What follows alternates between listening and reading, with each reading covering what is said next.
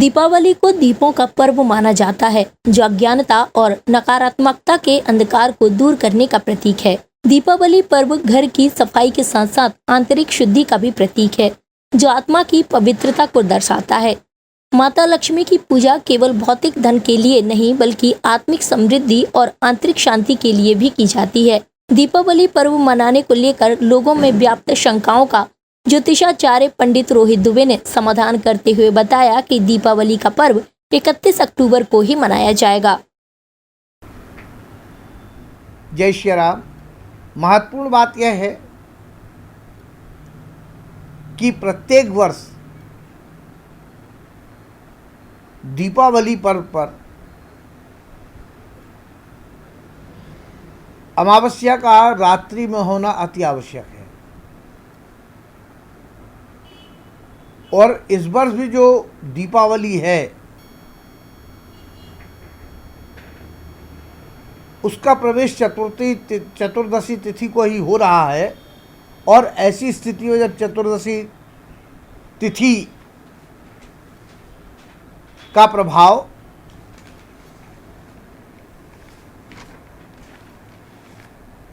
मध्याह्न काल के बाद से ही मिल रहा है और यह जो चतुर्दशी तिथि है मध्याह्न 2:45 पर समाप्त हो रही है और उसके पश्चात अमावस्या का प्रवेश हो रहा है।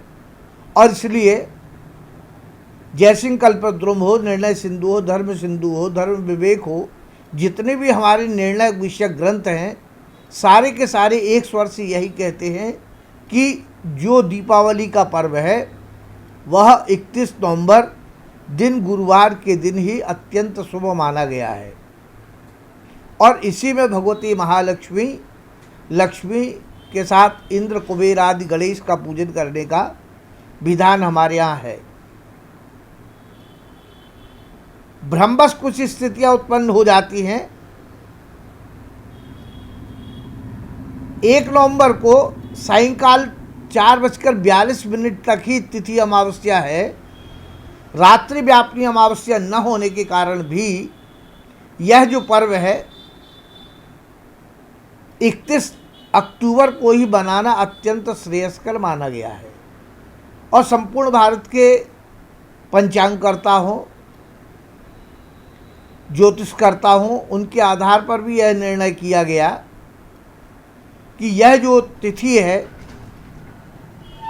यह 31 अक्टूबर ही श्रेष्ठ मानी गई है। 31 को दीपावली का पर्व, 1 को भगवान महावीर का निर्वाणोत्सव, 2 नवंबर को अन्नकूट और 3 नवंबर को भ्रात द्वितीया पर्व का सद्भाव रहेगा। और यह 5 दिवसीय पर्व जो पर्वमाला है दीपमाला, यह इस वर्ष 6 दिवसीय हो रही है। कांशोस्मिताम हिरण्य प्राकाराम आद्राम ज्वलंतीम त्रत्ताम तर्पयंतीम पद्मेशिताम पद्मवर्णाम ताम योपहवेश्यम। जिन भगवती का स्वरूप मनसा वाचा कर्मणा से आवर्णीय माना गया है, जो मंदस्मृत हास्य से जीवन को आह्लादित करती है और जो स्नेह और आर्द्रा से भगवती युक्त हैं, उन तेजोमयी पूर्णकांता भगवती महालक्ष्मी आपका मंगल करने के लिए पधार रही है।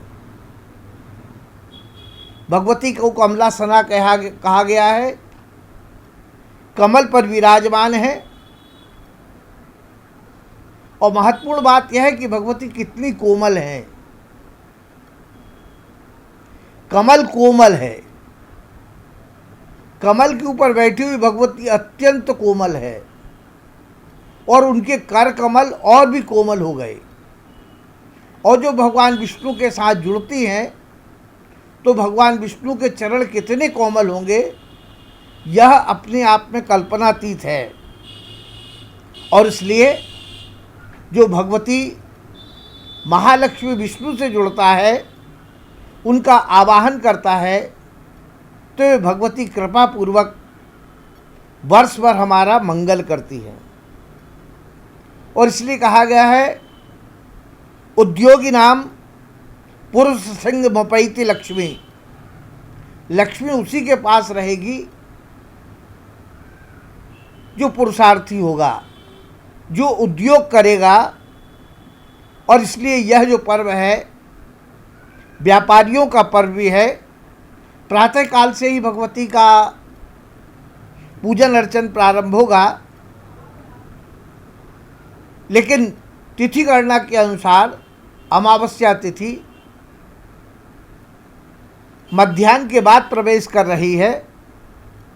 और इसलिए सायंकाल 4 बजे से लेकर रात्रि 9 बजे तक, तत्पश्चात रात्रि 9:15 से लेकर रात्रि 10:50 तक, और उसके पश्चात सिंह लग्न रात्रि में 1:05 से लेकर 2:55 तक भगवती के पूजन का विशेष महत्व है। भगवती का पूजन अर्चा आप किसी भी समय आप करें, वह आपके लिए अत्यंत कल्याणकारी होती है। और इस दिन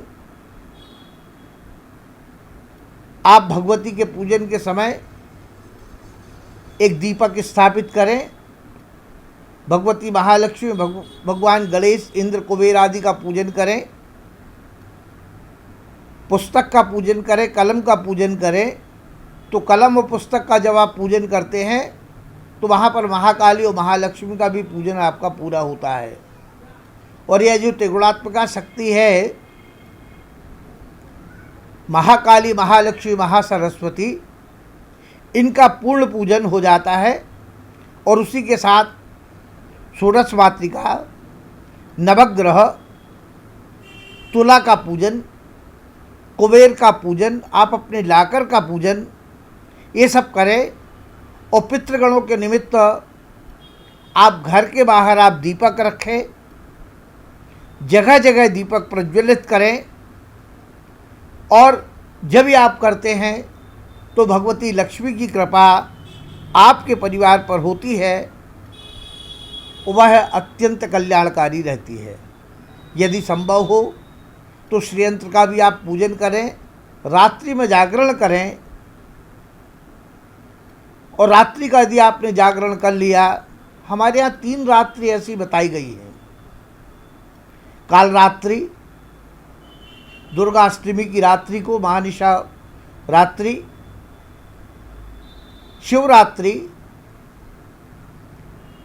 और उसके साथ यह दीपावली की रात्रि।